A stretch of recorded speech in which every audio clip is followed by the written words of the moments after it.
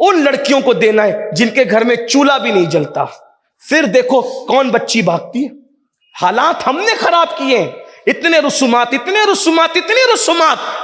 بس رسومات میں گھر گئے. اور ہر آدمی چھپتا ہے عورتوں کے پیچھے. گھر کی عورتیں نہیں مانتی, ہر معاملے میں مانتی, اس معاملے میں نہیں مانتی. جھوٹ ہے, مکر ہے, فریب ہے, نعرے جلسے کانفرنس, کسی مسئلے کا حل نہیں. اور اغیار دشمنان اسلام, منکرین اسلام, انہی گندی سوچ کا ناجائز اور حرام فائدہ اٹھا رہے. میں اس مجمع میں نوجوانوں سے کہوں, خدا کے لیے اگر ہو سکے تو یہ فکر بناؤ, ہر آدمی اپنی خاندان کی بیٹی کی آبرو بچا لے, ساری عزتیں بچ جائے. غریب بھائی پڑوس میں رہتا ہے, کون کرتا اس کی بیٹی؟ غریب رشتہ دار رہتے, کون کرتا اس کی بیٹی؟ اپنے غریب رشتہ داروں کی بیٹیاں ہی گھر میں لے آؤ. اور یہ تو سنت بھی ہے, یہ تو سنت بھی ہے, حضور کے گھرانے کی سنت ہے. امام حسن کی بیٹی, امام حسن کی بیٹی امام حسین کے شہزادے سیدنا امام زین العابدین, دونوں کا نکاح ہوا. امام حسین کی بیٹی امام حسن کے شہزادے حضرت سغرا اور امام حسن مثنیٰ, ان کا نکاح ہوا. دیکھتے چلے جائیں, آگے بھی یہ سلسلہ چلتا رہا. کیوں نہیں کرتے ایسا؟ اپنے خاندان کی بچیوں کو خود ہی, مگر جہیز نہیں ملے گا, یہ نہیں ملے گا, وہ نہیں ملے گا. بچوں کی شادی کرنے نکلے ہو کہ بھیک مانگنے نکلے ہو, بیچنے نکلے ہو؟ اور ہم کسی کی مدد کرنا نہیں چاہتے, امداد کرنا نہیں چاہتے. ہو رہا ہے یہ سب. تو 4-5 بیٹیوں کا باپ بن گیا, آخر میں بیمار ہوا. رشتے نہیں آتے تھے بچیوں کو اچھے, دوا کے لیے بھی کوئی پوچھنے والا نہیں تھا. تو ایک دن اس بڑی بیٹی نے فیصلہ کیا کہ میں نے اپنے باپ کو اس طرح سسکتے ہوئے مرتے نہیں دیکھنا. سماج میں ہماری کوئی مدد تو کرتا نہیں ہے, نہ میری بہنوں کو رشتے آتے ہیں, نہ مجھے آتے ہیں. اوپر سے باپ بیمار ہے, اس کو کوئی دوا بھی نہیں دے جاتا, کوئی پیسے بھی نہیں دیتا, کوئی مدد بھی نہیں کرتا. پتہ ہے لڑکی نے کیا فیصلہ کیا؟ اس لڑکی نے فیصلہ کیا, آج سے میں نے اپنے جسم کو بیچنے کا دھندا شروع کرنا ہے. یوں ہی حالات نہیں بگڑتے میرے بھائی. بہت مزے لے کر کے لوگ کہتے ہیں کہ بچیاں بھاگ رہی ہیں, بچیاں آبرو بیچ رہی ہیں. یہ ظالم معاشرے کے پاس 1-1 لاکھ روپے تو ہے قوالوں پہ لٹانے کے لیے. قوال اور قوالن کے مقابلے کے لیے تو 1-1 لاکھ روپے ہے. کسی غریب کے سر پر چادر ڈالنے کے لیے ہمارے پاس 1000 روپے بھی نہیں ہے. ہاں, ہمارے پاس 2-2 کروڑ کے گنبد بنانے کے لیے تو پیسے ہیں, لیکن ہمارے پاس 20,000 روپے بھی کسی کی آبرو بچانے کے لیے نہیں ہے. میرے جانے کے بعد ریچور والے مجھے گالی دیں گے یا دعا دیں گے, مجھے اس کی پرواہ نہیں ہے. لیکن میں یہ بات ضرور کہہ جاؤں گا, قوم کے حالات کی خبر لو, ورنہ قیامت کے دن ایسا نہ ہو کہ حضور رخ پھیر لے یہ کہہ کے کہ غربت کی وجہ سے میری قوم کی بیٹیاں مرتد ہو رہی تھی. تمہارا رول کیا تھا؟ تم عرس کے نام پہ پیسے لٹاتے تھے, تم چادر اور گھاگھر کے نام پہ. میں یہ نہیں کہہ رہا ہوں کہ عرس نہ کرو, جس طرح محبوب الہی نے کیا اس طرح, جس طرح غریب نواز نے کیا اس طرح کرو. جلسوں کے خرچے کم کرو. مسجدوں کی مینار 2 کروڑ کے بنانے کی بجائے اپنی قوم کی آبرو بچانے کے لیے وہ 2 کروڑ کا استعمال کر لو. مسجد کا مینار اتنا اونچا نہیں رہے گا, کچھ نہیں پوچھا جائے گا ہم سے. قوم کی آبرو بچا لو, قوم کی بیٹیاں بچا لو. آرٹیکل لکھنے سے کچھ نہیں ہوگا, بیانات دینے سے کچھ نہیں ہوگا, میدان عمل میں آ جاؤ. اللہ کے رسول علیہ السلام نے ہمیں عمل کے میدان کا مجاہد بنایا, اور نہیں ہوگا تو یہ دکھڑا پھر مکمل کر لیتے ہیں. اللہ اکبر. اس نے فیصلہ کیا میں نے آبرو بیچ. دوسروں کے گھر جلتے ہیں, اس پر خاموش بیٹھو گے, آگ کی کوئی آنکھ نہیں ہوتی. اگر پڑوس کا گھر جل رہا ہے اور آگ نہیں بجھائی, آپ کا گھر بھی جل سکتا ہے, آپ کے گھر میں بھی آگ لگ سکتی ہے. اس بچی نے برقع اوڑھا, میک اپ کے لیے اس کے پاس کوئی سامان بھی نہیں تھا, اور گئی اور جا کر کے چپکے سے سرے شام بازار حسن میں بیٹھ گئی. جب بھی کوئی ظالم آتا ہوس کا پجاری بن کر, کیونکہ پہلی مرتبہ آبرو بیچنے آئی تھی, جو آتا اس کا دل دھک دھک کرنے لگتا, دل کی دھڑکن تیز ہوتی, جیسے ویسے سینے پہ ہاتھ رکھ کے دل پہ قابو پاتی. لیکن خدا کی شان, جو آتا نظریں نیچی کر کے گزر جاتا. جو آتا نظریں نیچی کر کے. حالانکہ اس پورے بازار حسن میں اس لڑکی سے زیادہ خوبصورت کوئی نہ تھا، لیکن پتہ نہیں کیوں جو آتا نظریں نیچی کر کے گزر جاتا. ایک ایک ظالم آتا گیا ہوس کا پجاری، اور ایک ایک ظالمہ ہوس کی پجاریہ کو اپنے ساتھ اٹھا کر قیمت طے کے لے جاتا رہا. رات نے جب اپنی سیاہ زلفوں کو سینے کی بجائے کمر پہ ڈھال دیا، یعنی رات جب شباب سے بڑھاپے کی طرف ڈھل گئی اور پورا بازار حسن سناٹے میں تبدیل ہو گیا، اور بازار حسن سائیں سائیں کرنے لگا. اب کوئی نہ تھا، نہ کوئی آنے والا تھا نہ کوئی لے جانے والا تھا، البتہ ایک بچی جوان کواری دوشیزہ باقرہ بیٹھی تھی. اب اس نے دیکھا کہ کوئی آتا نہیں، سوچا کہ میں تو ناکام ہو گئی. دھاڑے مار مار کے رونے لگی، ہائے میں تو آئی تھی آبرو بیچنے، لیکن کوئی آبرو کا خریدار بھی نہ ملا. بظاہر ناکام مگر حقیقت میں کامیاب. آبرو بچا کر جب گھر لوٹ رہی تھی، آدھی رات ہو رہی تھی. ماں باپ بار بار 4 بہنوں سے پوچھتے، بتا تیری بڑی بہن کہاں ہے؟ بابا وہ بتائے بغیر گئی، خدا جانے کبھی گھر سے باہر قدم نہ نکلنے والی بہن آج کہاں چلی گئی. ایک غریب کے لیے ایمان کے بعد سب سے بڑی چیز عزت ہوتی ہے. روتے رہ گئے ماں باپ، کلیجہ پکڑ کے بیٹھ گیا باپ. بہنیں رو رو کر ادھر ادھر گرتی ہیں. ایسے میں دروازے پہ دستک ہوتی ہے. دروازے پہ دستک ہوئی تو باپ نے کہا دروازہ کھول. دروازہ بہن نے کھولا تو پورے گھر کا حال ایسا ہوا جیسے کاٹو تو خون نہیں. اندر جیسی بیٹی آئی، باپ نے بھرائی ہوئی آواز میں کہا ظالم کہاں تھی اتنی رات تک تو؟ بیٹی نے باپ کے قدم پکڑ کے کہا بابا پہلے معاف کر دو، پھر بتاؤں گی میں کہاں تھی. ماں نے منہ پہ ہاتھ رکھ لیا، چیخ نکل گئی، معافی کس بات کی، کہاں گئی تھی تو بتا. باپ نے کہا بتا. کہا پہلے معاف کر دے. کہا بتا تو صحیح. کہا بابا آپ اتنے بیمار ہیں کہ آپ کی دوا کا انتظام نہیں ہوتا. ماں بیمار ہے، اس کا کوئی علاج نہیں کرتا. غربت کی وجہ سے بہن کو رشتے نہیں آتے. میں نے سوچا ایک زندگی تباہ ہوگی لیکن 6 زندگیاں بچ جائے. ایک زندگی کو برباد کر کے 6 زندگی بچا لوں گی. بابا میں نے فیصلہ کیا تھا کہ آج سے میں اپنی آبرو بیچنا شروع کروں گی. اتنا سننا تھا کہ باپ نے کلیجہ پکڑ لیا. کہا پھر بابا بازار حسن میں گئی، شام سے لے کے آدھی رات تک بیٹھی رہی. جو آتا اس کی نظریں جھک جاتی، کوئی مجھے تکتا بھی نہیں. بابا اللہ کی قسم مجھے کسی نے تکا بھی نہیں، اور سب کو لے گئے. ایک ایک آنے کے بعد مجھے نہیں لے گئے. میں ناکام لیکن کامیاب واپس آئی. باپ نے خدا کا شکر ادا کرتے گا واللہ میری بیٹی آدھی رات کیا، اگر تو 50 سال بھی اور پوری زندگی بھی اس بازار حسن میں بیٹھتی تو تجھے کوئی ہاتھ نہیں لگاتا، تجھے کوئی نظر اٹھا کے نہیں دیکھتا. تو سچی ہے، تو آبرو بچا کے آئی ہے. کہ بابا آپ کو اتنا یقین کیسے؟ کہ بیٹی مجھے اپنے اوپر نہیں اپنے نبی کے فرمان پہ یقین ہے. میرے نبی نے فرمایا کما تدین و تدان، جیسا کرو گے ویسا تمہارے ساتھ کیا جائے گا. میری بیٹی تیرے باپ نے کبھی کسی عورت پر غلط نظر نہیں اٹھائی، میری بیٹی پر کوئی غلط نظر کیسے اٹھا سکتی؟ اس لیے آج سے پہلے جو ہوا توبہ کر لیجئے، معافی مانگ لیجئے اور ایک نیک انسان بنیے. انجوائے کیجئے زندگی کا. انجوائے گناہ میں نہیں، انجوائے نیکی میں، پرہیزگاری میں، تقوی میں.